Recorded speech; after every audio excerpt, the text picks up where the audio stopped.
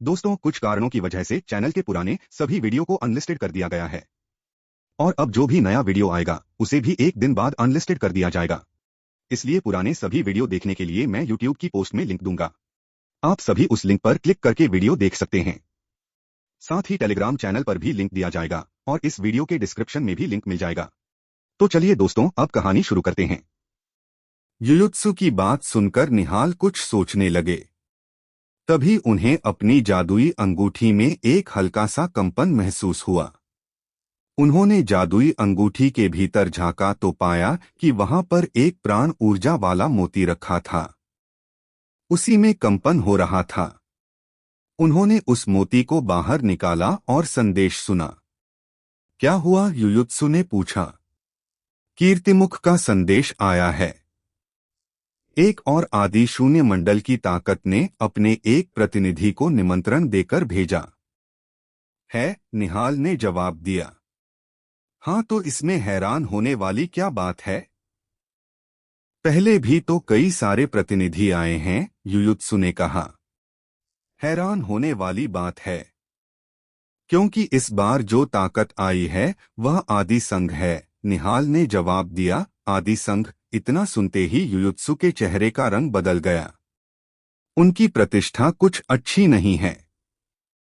उनके पास ताकत है लेकिन वो भरोसे के लायक नहीं है, युयुत्सु ने कहा।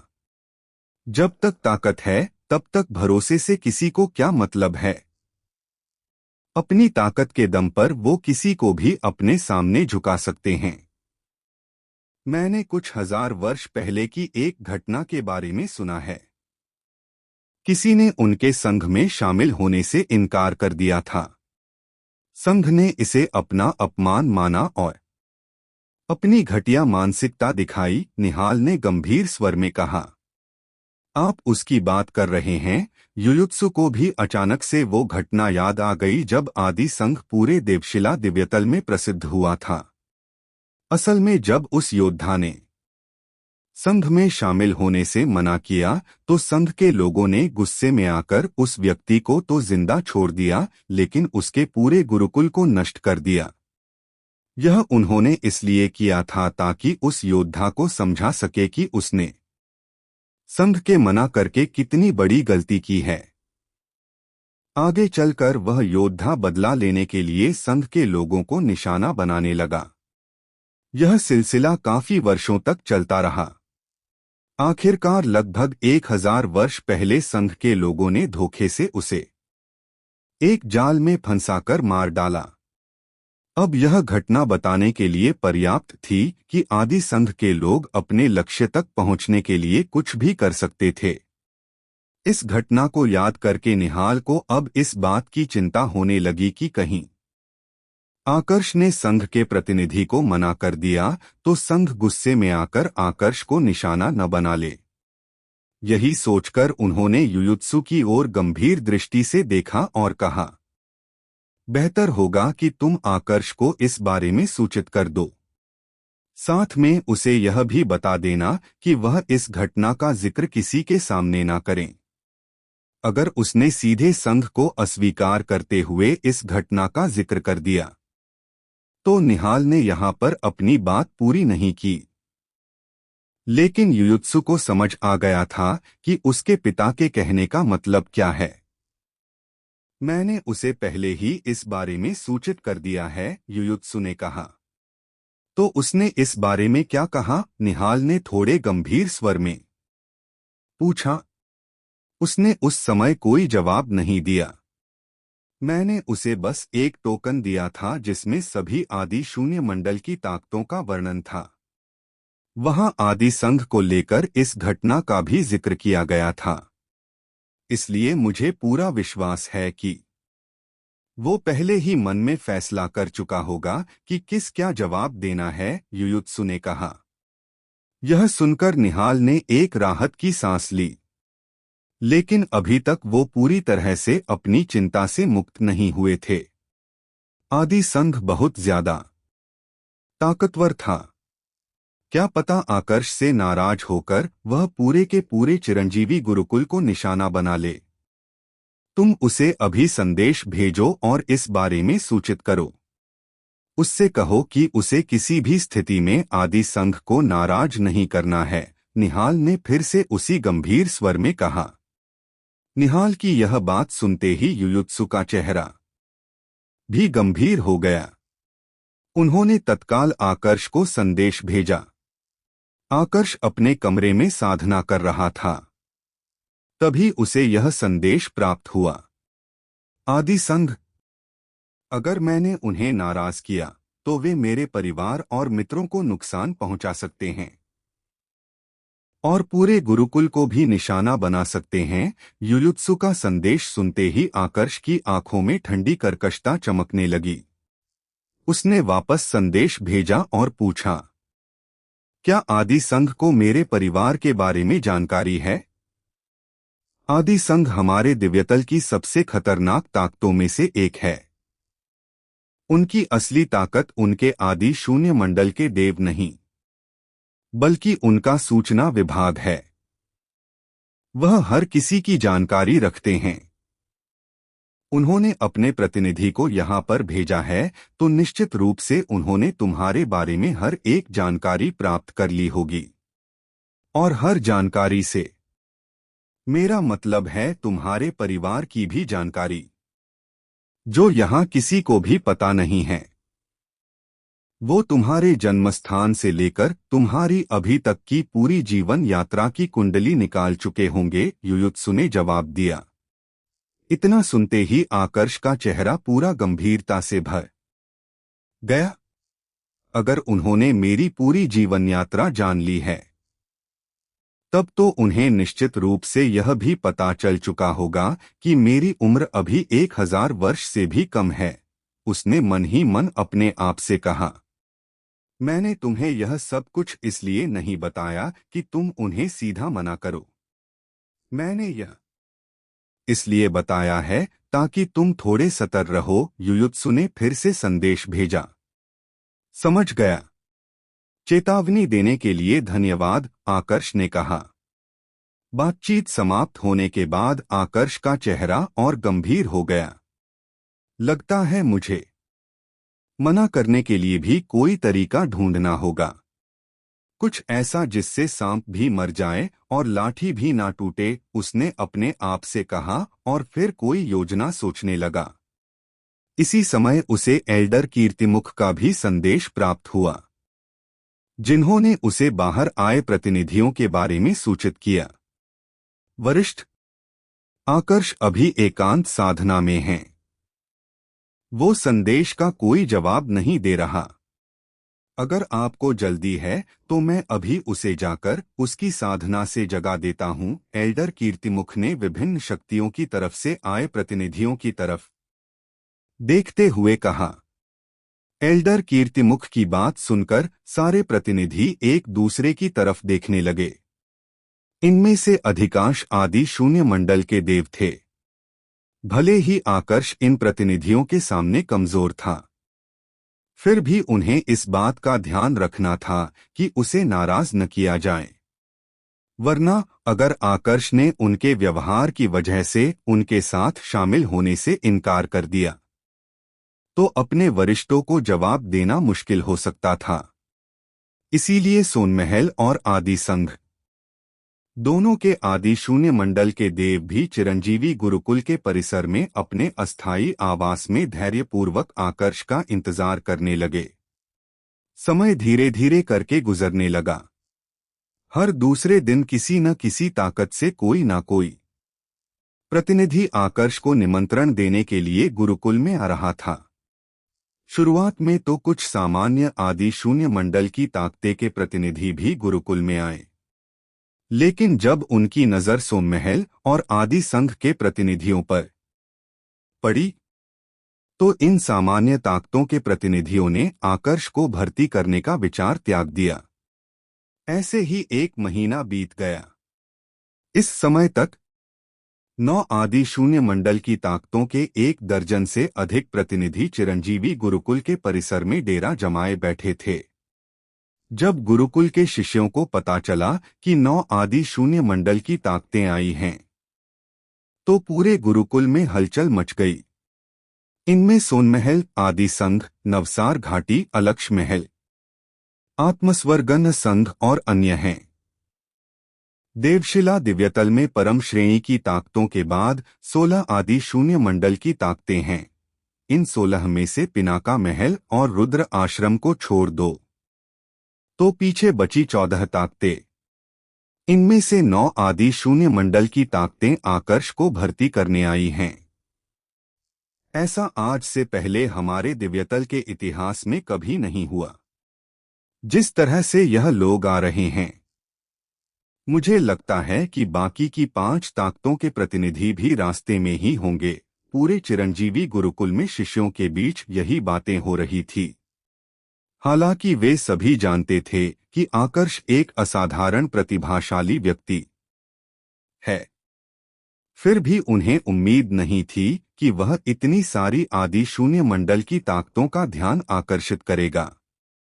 ये ताकतें आदि शून्य मंडल की ताकतों के बीच भी परम स्तर पर थी।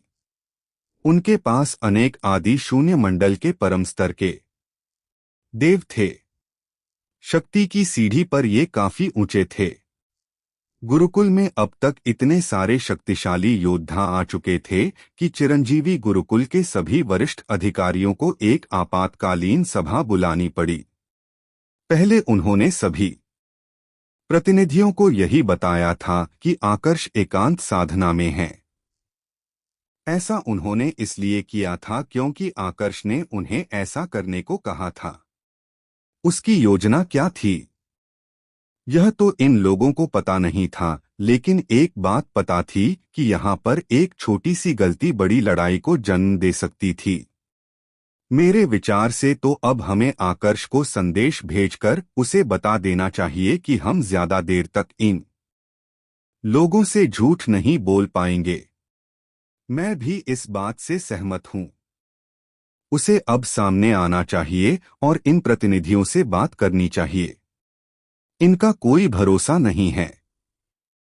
अगर कोई एक भी गुस्सा हो गया तो हमारे गुरुकुल पर आफत आ जाएगी। अधिकांश अधिकारी इस बात से सहमत थे कि अब आकर्ष के सामने आने का समय आ गया है। सभी एल्डर धर्मेश की तरफ देखने लगे, क्योंकि उन्हें ही इस फैसला लेना था। सबकी बातें सुनने के बाद एल्डर धर्मेश ने आकर्ष को संदेश भेजा। आधे महीने बाद। ठीक है, आकर्ष, जो अपने कमरे में साधना कर रहा था, उसने एल्डर धर्मेश की बात पर तुरंत स्वीकृति दे दी। उसे अब आधे महीने बाद इन सभी प्रतिनिधियों से मिलना था। रुद्र आश्रम। देवशिला दिव्यतल में आदि शून्य मंडल की ताकतों के बीच रुद्र आश्रम अपना एक विशेष स्थान रखता था। यह एक ऊंचे पर्वत श्रृंखला की चोटी पर स्थित था। आज यहाँ के एक युद्ध अभ्यास के मैदान में कई सारे विद्यार्थी एक ही स्थान पर इकट्ठा होकर किसी विषय पर चर्चा कर रहे थे। क्या तुमने सुना? सप्तमहल महोत्सव के दौरान 7 महलों के दूरदराज के क्षेत्र में एक असाधारण प्रतिभाशाली साधक प्रकट हुआ है। क्या तुम द्वैत महल के देव सम्राट मंडल की ताकत, चिरंजीवी गुरुकुल के आकर्ष की बात कर रहे हो? हाँ, तुमने उसके बारे में सुना है? बिल्कुल सुना है। इसलिए कुछ दिनों से वही तो चर्चा का विषय बना हुआ है। क्या यह सच है कि वह 3000 वर्ष से भी कम आयु में उदित मंडल के मध्य स्तर का देव बन चुका है और उसने द्विगुण स्थानांतरण तकनीक और खड्गपथ में महारत हासिल कर ली है? हाँ, इसकी पुष्टि हो चुकी है। इसके अलावा वह देवशिला दिव्यतल का मूल निवासी नहीं है। वह मृत्यु लोक से आया है। पहले वह मृत्यु लोक से देवतल पहुंचा और फिर देवशिला दिव्यतल में आया। क्या कहा? वो मृत्यु लोक का निवासी है? पर मैंने तो सुना है कि वहां के सदस्य प्रतिभा के मामले में हमसे बहुत नीचे होते हैं। बिल्कुल सही सुना है। मृत्यु लोक के सदस्य ऐसे ही होते हैं। बस यही इकलौता अपवाद निकला है। जितना मैंने उसके बारे में सुना है, उसके बाद मुझे लगता है हमारे आश्रम में बहुत कम लोग हैं जो उसका मुकाबला कर सकते हैं। कितने अफसोस की बात है कि हमारा आश्रम उसे भर्ती करने के लिए कोई आमंत्रण नहीं भेजेगा, वरना हम खुद देख सकते थे कि वह कितना असाधारण है। चिंता मत करो, भविष्य में हमें उससे मिलने का मौका जरूर मिलेगा, क्योंकि वह निश्चित रूप से किसी आदि शून्य मंडल की ताकत में शामिल होगा। मैंने अभी चिरंजीवी गुरुकुल से खबर सुनी है।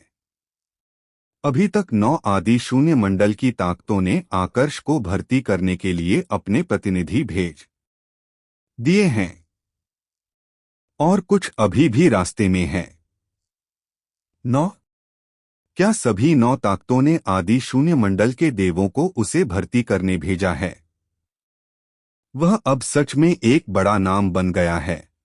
रुद्र आश्रम के विद्यार्थी आकर्ष की चर्चा करते हुए कहीं ना कहीं ईर्ष्या भी महसूस कर रहे थे, लेकिन इस दौरान किसी का भी ध्यान इस बात पर नहीं था कि ऊपर आसमान में खड़े होकर कोई उनकी बातें सुन रहा है। आकर्ष 1000 वर्ष भी नहीं हुए और इतना कुछ हासिल कर लिया। क्या सच में ऐसा कोई व्यक्ति हो सकता है? खड्ग देवतल के सम्राट के महल में युयुत्सु की चेतावनी के बाद आकर्ष बेहद सतर्क हो गया था।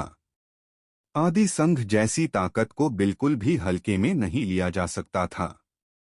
इसलिए उसने अपने समय के सिद्धांत के प्रतिरूप की सहायता से सम्राट वेगवानस के प्रतिरूप को इस बारे में सूचित कर दिया।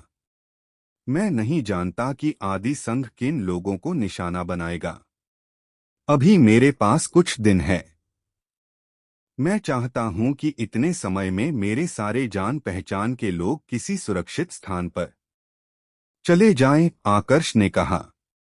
योजना तो अच्छी है, पर तुम्हें लगता है कि आदि संघ जैसी ताकत के लिए उस सुरक्षित स्थान का पता लगाना मुश्किल होगा? मेरा सुझाव तो यह है कि तुम्हारे सारे करीबियों को इस बारे में सूचित कर दो और उनसे कहो कि समय समय पर अपनी जगह बदलते रहे। ऐसे मामलों में सतर्क रहना ही बेहतर है, सम्राट वेगवानस ने कहा। इसी के साथ दोनों गुरु शिष्य आने वाले खतरे के लिए पहले से तैयारी करने लगे।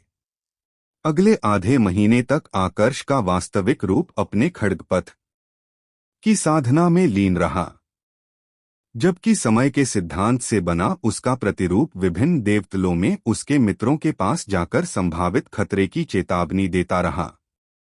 सभी ने पूरा सहयोग दिया।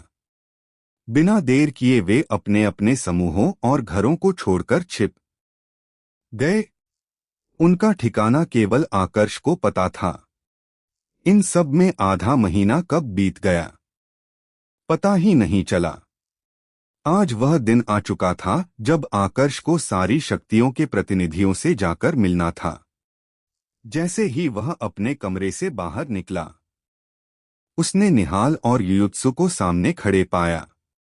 दोनों उसे विभिन्न आदि शून्य मंडल की ताकतों के प्रतिनिधियों से मिलवाने के लिए यहां आए थे। दोनों के साथ आकर्ष वहां से रवाना हो गया। रास्ते में युयुत्सु ने आकर्ष को गंभीरता से समझाया। आकर्ष, मैं जानता हूं कि आदि संघ के बारे में तुम्हारी राय अच्छी नहीं है, लेकिन जब उनके प्रतिनिधि से मिलो तो उनके प्रति अपनी घृणा को चेहरे पर मत दिखाना। उन्हें नाराज करने की कोई जरूरत नहीं है। आकर्ष के साथ काफी समय बिताने के बाद युयुत्सु उसके स्वभाव को अच्छी तरह समझ चुके थे। इसीलिए उन्हें डर था कि कहीं आकर्ष आदि संघ के प्रतिनिधि के साथ रूखा व्यवहार न कर बैठे। समझ गया, आकर्ष ने सिर हिलाया। वह दुनियादारी को समझता था, भले ही उसे आदि संघ से घृणा थी, लेकिन अभी के लिए मित्रता का दिखावा करना बेहतर विकल्प था। नवांतर द्वीप छोड़ने के बाद निहाल, युयुत्सु और आकर्ष मुख्य द्वीप पर पहुंचे, जहां विभिन्न आदि शून्य मंडल की ताकतों के प्रतिनिधि उनका इंतजार कर रहे थे। उस समय मुख्य द्वीप के एक विशाल मैदान में सभी प्रतिनिधि एकत्रित थे। 9 आदि शून्य मंडल की ताकतों से कम 1 दर्जन लोग वहां मौजूद थे। साथ ही कुछ साधारण ताकतों के प्रतिनिधि भी उपस्थित थे। प्रतिनिधियों में कुछ बुजुर्ग अवस्था के आदमी थे, कुछ मध्य अवस्था के आदमी थे और कुछ युवावस्था के व्यक्ति भी थे। जैसे ही तीनों वहां पहुंचे, निहाल ने झुककर प्रतिनिधियों का अभिवादन किया। चिरंजीवी गुरुकुल के नवांतर समूह से निहाल सभी वरिष्ठों को प्रणाम करता है। इसके बाद युयुत्सु ने भी प्रतिनिधियों का अभिवादन किया। वरिष्ठों को प्रणाम। आकर्ष ने सभी को प्रणाम किया। साथ में उसकी नजर वहां मौजूद लोगों पर केंद्रित थी। उसने देखा कि एल्डर धर्मेश और कीर्तिमुख भी वहां थे। एल्डर धर्मेश के पास एक मध्य अवस्था का आदमी खड़ा था, जिसको आकर्ष पहली बार देख रहा था। भले यह मुलाकात पहली बार थी, लेकिन फिर भी आकर्ष को इस व्यक्ति की पहचान के बारे में जानकारी थी। यह चिरंजीवी गुरुकुल के वर्तमान गुरुकुल प्रमुख थे। जब आकर्ष गुरुकुल प्रमुख की तरफ देख रहा था, उसी समय विभिन्न शक्तियों से आए प्रतिनिधियों के बीच से एक बुजुर्ग अवस्था का आदमी खड़ा हुआ और तेज कदमों से आकर्ष की तरफ बढ़ा। उसकी आंखें तीखी और भेदक थीं। उसने आकर्ष को देखते हुए कहा, आकर्ष, मैं आदि संघ से सोमराज हूं। मैं आदि शून्य मंडल के आरंभिक स्तर का देव हूं। जैसा कि तुम जानते हो, मैं यहां तुम्हें हमारे संघ में आमंत्रित करने आया हूं। अगर तुम हमारे संघ में शामिल होते हो तो मैं वचन देता हूं कि हमारा संघ वह सारे संसाधन देगा जो तुम्हें एक आदि शून्य मंडल का देव बना सके। तुम्हारे साथ किसी भी प्रकार का भेदभाव नहीं किया जाएगा। सोमराज को लगा कि इतना सा प्रस्ताव आकर्ष को खुश करने के लिए पर्याप्त होगा, लेकिन इस प्रस्ताव को सुनकर आकर्ष ने कोई भी दिलचस्पी नहीं दिखाई। यह देखकर सोमराज को लगा कि शायद प्रस्ताव में थोड़ी कमी रह गई है, तो उसने एक और प्रस्ताव देते हुए कहा, संसाधनों के अलावा हमारे संघ के उप प्रमुख ने घोषणा की है कि वह तुम्हें अपना शिष्य स्वीकार करेंगे। इस बार सोमराज को पूरा विश्वास था कि आकर्ष इस नए प्रस्ताव को मना नहीं कर पाएगा। आखिरकार आदि संघ के उप प्रमुख आदि शून्य मंडल के मध्य स्तर के देव थे, लेकिन आकर्ष पूरी तरह शांत रहा। उसने विनम्रता से मुस्कुराते हुए कहा, एल्डर सोमराज, मैं आपके प्रस्ताव पर ध्यान से विचार करूंगा। भले ही उसके चेहरे पर मित्रता का भाव था और स्वर भी सौम्य था, पर अंदर से आकर्ष के मन में गहरी घृणा उमड़ रही थी। इसके बाद विभिन्न ताकतों के बीच आकर्ष को भर्ती करने की होड़ और तेज हो गई। साधारण ताकतों ने भी अपनी ओर से सर्वोत्तम प्रस्ताव रखे। चिरंजीवी गुरुकुल के वरिष्ठ अधिकारी यह सब सुनकर भीतर ही भीतर चकित हो रहे थे। इन ताकतों की संपदा और उदारता देखकर उनका मन शांत कैसे रह सकता था।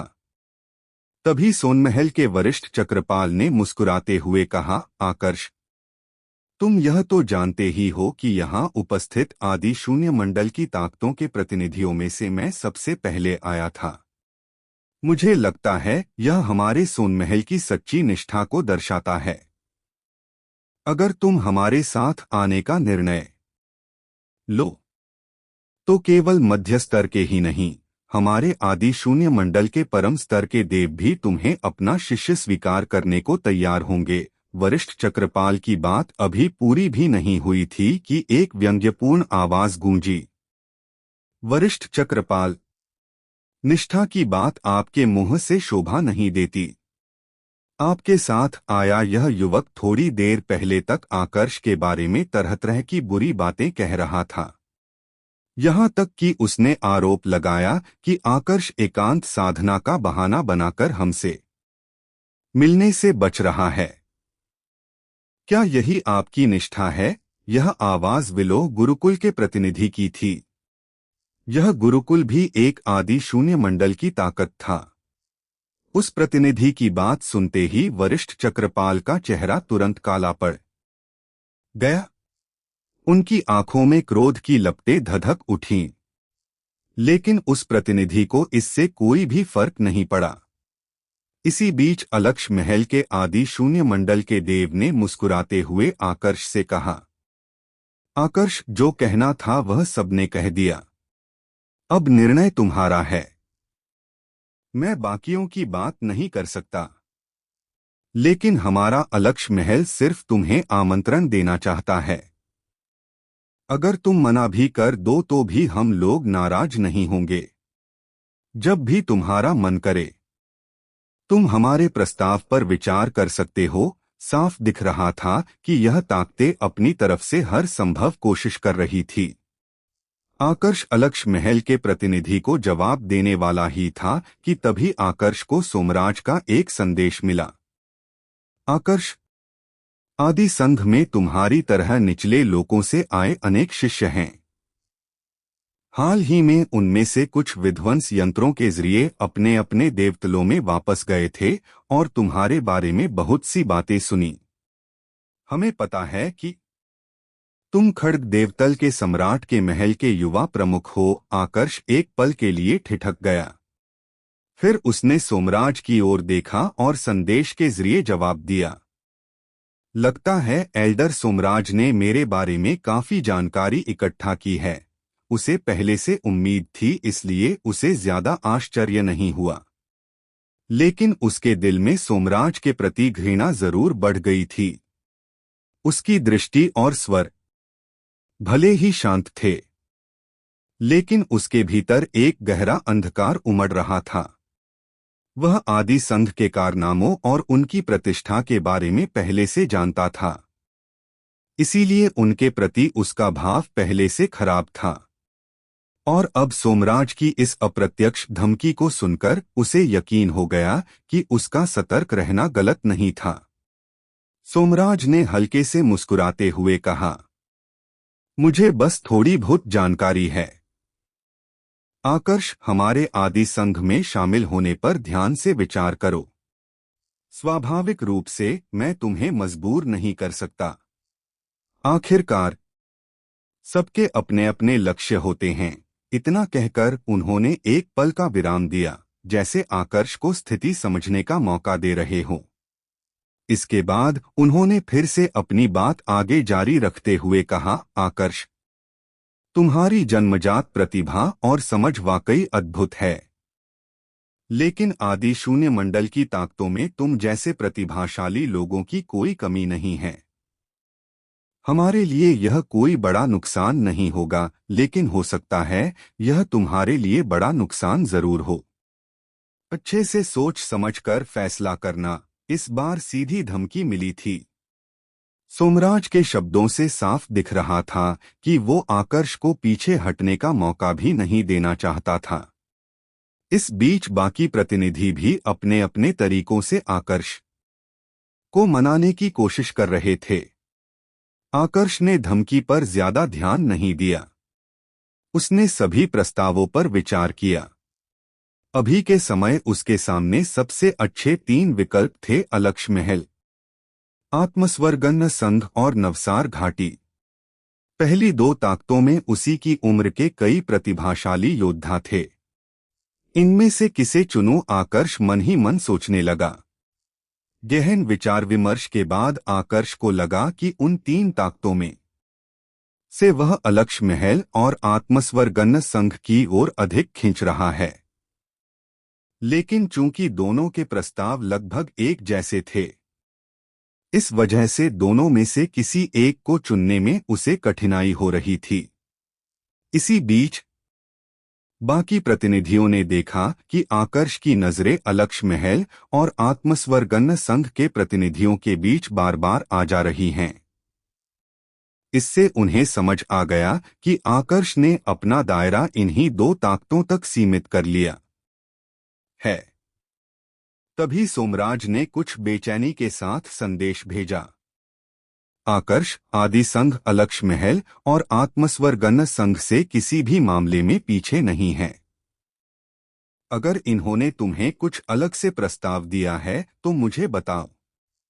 हमारा संघ तुम्हें वही प्रस्ताव देगा। सोमराज यहाँ दोनों तरीकों से खेल रहा था। वह धमकी भी दे रहा था और लालच भी। सोमराज के अलावा बाकी प्रतिनिधि भी आकर्ष को संदेश भेज रहे थे। उन सभी को लग रहा था कि अलक्ष महल और आत्मस्वर गण संघ ने आकर्ष को बेहतर प्रस्ताव दिए हैं।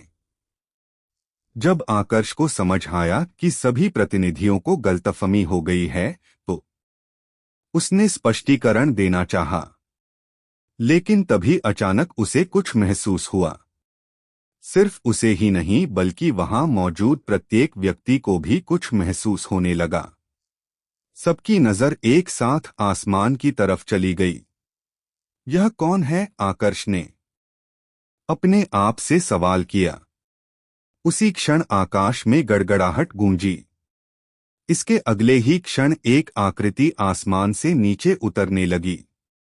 यह आकृति एक सफेद वस्त्र पहने युवक की थी। दिखने में भले ही वह युवावस्था का लग रहा था, लेकिन उसके चेहरे के हाव भाव और उसकी आभा एक युवक के जैसी नहीं लग रही थी। तभी अलक्ष महल के प्रतिनिधि एकदम से अपने स्थान पर से खड़े हुए और हैरानी भरे लहजे में कहा, यह तो कार्तिकेय हैं। इस समय तक वहां पर आए बाकी प्रतिनिधियों को भी इस युवक की पहचान का पता चल चुका था। कार्तिकेय यहाँ क्यों आए? पिछले 1,00,000 वर्षों में कार्तिकेय रुद्र आश्रम से ज्यादा बाहर नहीं निकले हैं। क्या यह भी यहाँ पर आकर्ष को प्रस्ताव देने आए हैं? सुना था कि कार्तिकेय रुद्र आश्रम के सबसे शक्तिशाली योद्धाओं में से एक है। रुद्र आश्रम ने ऐसे ताकतवर योद्धा को भेजा है। लेकिन रुद्र आश्रम कब से शिष्यों को निमंत्रण देकर भर्ती करने लगा? सभी प्रतिनिधि दबी हुई आवाज में कार्तिकेय के बारे में सवाल कर रहे थे।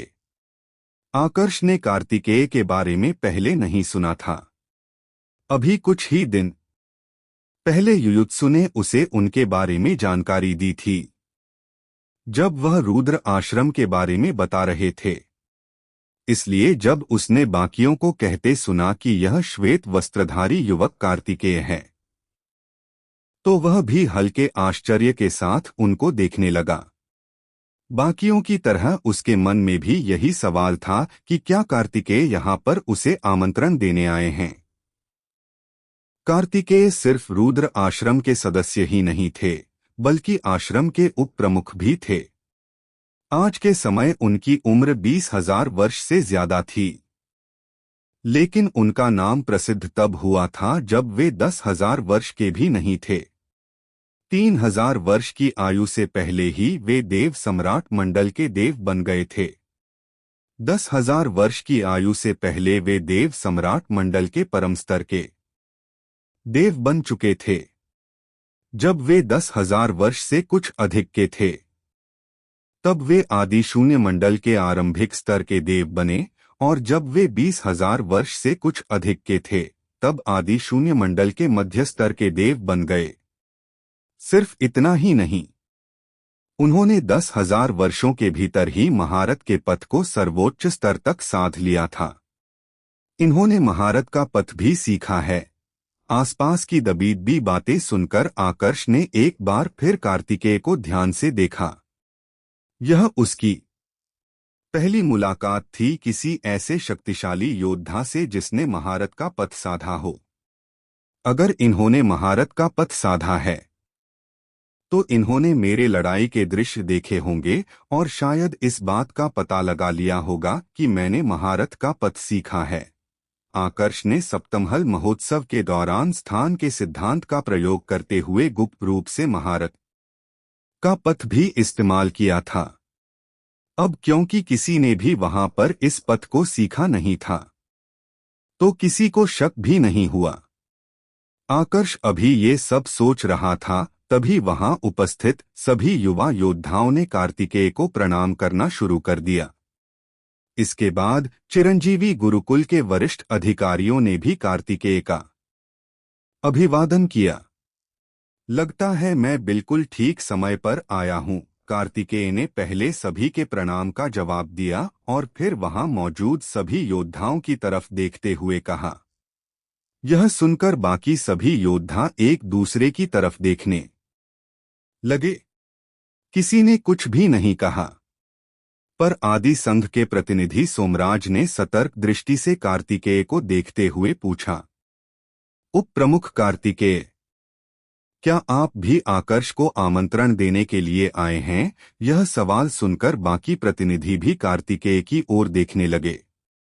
कार्तिकेय ने सोमराज की ओर एक हल्की दृष्टि डाली और मुस्कुराते हुए कहा, एल्डर सोमराज, अगर मैं इस समय पर यहाँ पर आया हूँ तो आपको क्या लगता है आने की वजह क्या हो सकती है?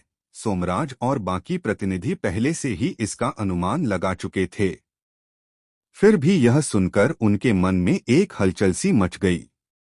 अलक्ष महल के प्रतिनिधि ने कुछ हिचकिचाते हुए कहा, उप प्रमुख कार्तिकेय, रुद्र आश्रम ने कभी किसी योद्धा को आश्रम में शामिल होने के लिए आमंत्रण नहीं दिया। तो फिर आज प्रतिनिधि ने अपना सवाल पूरा नहीं किया, परंतु सभी को समझ में आ चुका था कि वह क्या पूछना चाहता है। सभी की नजर अपने ऊपर देख कार्तिकेय ने मुस्कुराते हुए कहा, हमारा आश्रम कभी किसी को निमंत्रण नहीं देता।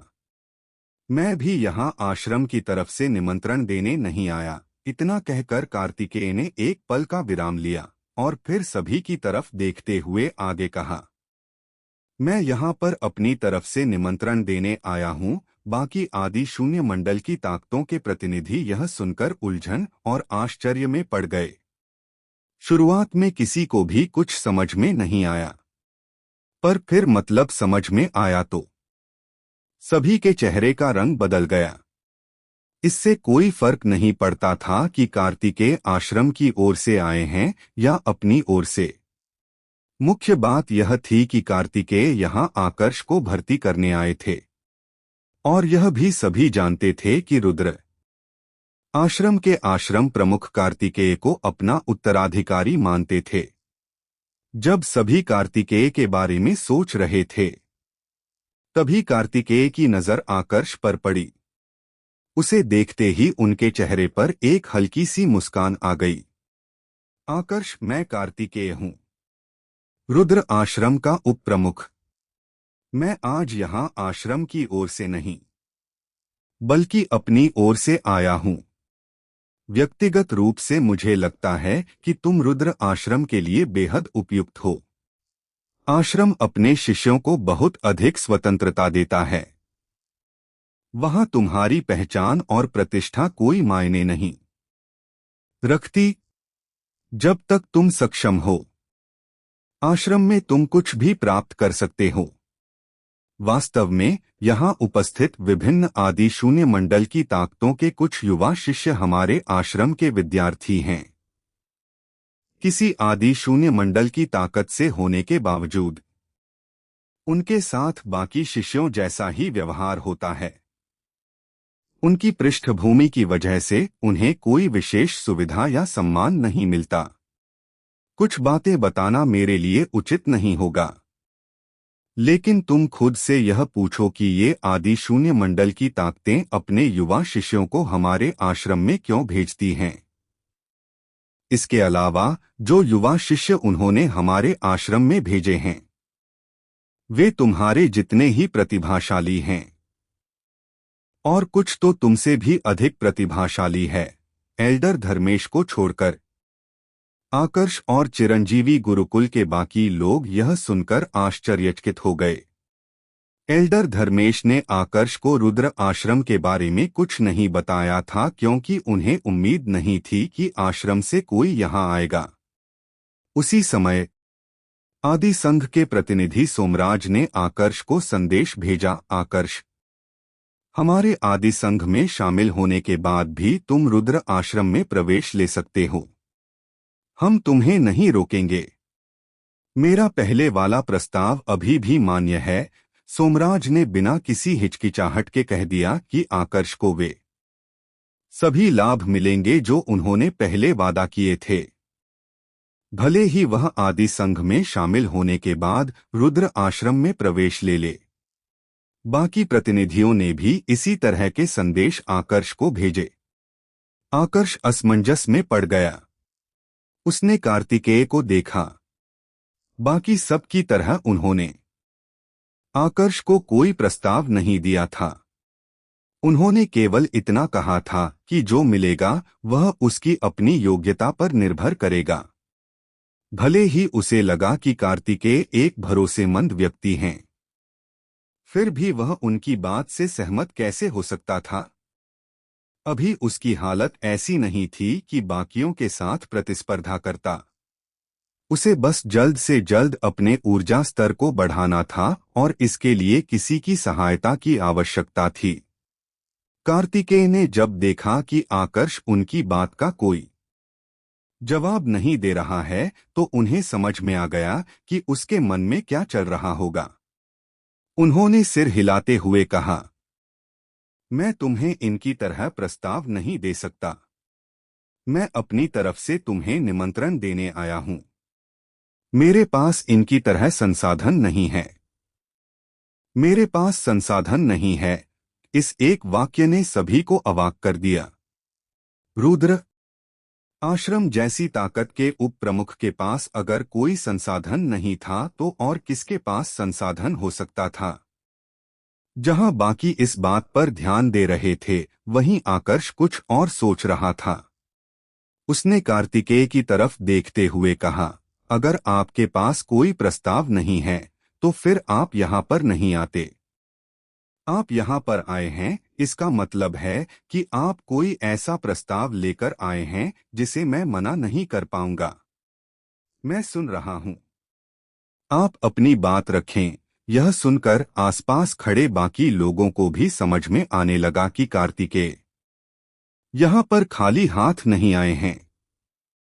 कार्तिकेय बाकी आदि शून्य मंडल की ताकतों की तुलना में आकर्ष को कुछ भी नहीं दे सकते थे, फिर भी वे यहाँ आए थे। इसका मतलब था कि उनके पास कोई ऐसा पत्ता था जिसके बल पर वे आश्वस्त थे कि आकर्ष को मना सकते हैं, वरना उनके यहाँ आने का कोई अर्थ नहीं होता। कार्तिकेय आकर्ष की बात सुनकर मुस्कुराने लगे। इसके बाद उन्होंने संदेश भेजा और आकर्ष को कुछ बताने लगे। इसी बीच वहां मौजूद अनेक लोग आकर्ष के भाव को ध्यान से देख रहे थे। उन्हें जल्द ही समझ आ गया कि आकर्ष और कार्तिकेय संदेश के जरिए बात कर रहे हैं। उनके मन में जिज्ञासा उठने लगी कि आखिर कार्तिकेय ने ऐसा क्या कहा जो इतनी गोपनीयता जरूरी थी। कुछ देर बाद कार्तिकेय ने सभी के सामने वापस आकर्ष की ओर मुड़कर मुस्कुराते हुए पूछा, तो अब तुम्हारा क्या कहना है। उनके सवाल से इतना तो स्पष्ट हो गया था कि उन्होंने अपना प्रस्ताव दे दिया था। अब उनकी नजर सिर्फ आकर्ष पर केंद्रित थी। आकर्ष ने तुरंत कोई जवाब नहीं दिया। उसने कुछ पल तक विचार किया। उसके बाद जवाब देते हुए कहा, आप अपने वचन पर अडिग रहेंगे तो मैं आपके रुद्र आश्रम में शामिल होने के लिए तैयार हूं। आकर्ष की बात पूरी होते ही उसे युयुत्सु, निहाल और एल्डर धर्मेश तीनों के संदेश एक साथ आए। यहां तक कि आमतौर पर बेहद संयमित रहने वाले कीर्तिमुख भी अपनी जिज्ञासा नहीं रोक सके और उन्होंने भी एक संदेश भेज दिया। आकर्ष, वरिष्ठ कार्तिकेय ने तुम्हें क्या प्रस्ताव दिया है। सबने एक ही सवाल किया था। आकर्ष ने इन चारों से कुछ नहीं छुपाया। उसने संदेश के माध्यम से सीधे जवाब दिया, एक सर्वशक्तिशाली योद्धा का ऊर्जा अवशेष। सर्वशक्तिशाली योद्धा का ऊर्जा अवशेष। यह शब्द सुनते ही चिरंजीवी गुरुकुल के चारों लोग हक्के बक्के रह गए। फिर भी उन्होंने अपने चेहरे के भाव संभाले रखे ताकि किसी को संदेह न हो। सबसे पहले संभलते हुए एल्डर धर्मेश ने संदेश भेजा, आकर्ष, सर्वशक्तिशाली योद्धा के ऊर्जा अवशेष के लालच में मत आ जाना। हर ऊर्जा अवशेष तुम्हारी ताकत नहीं बढ़ा सकता।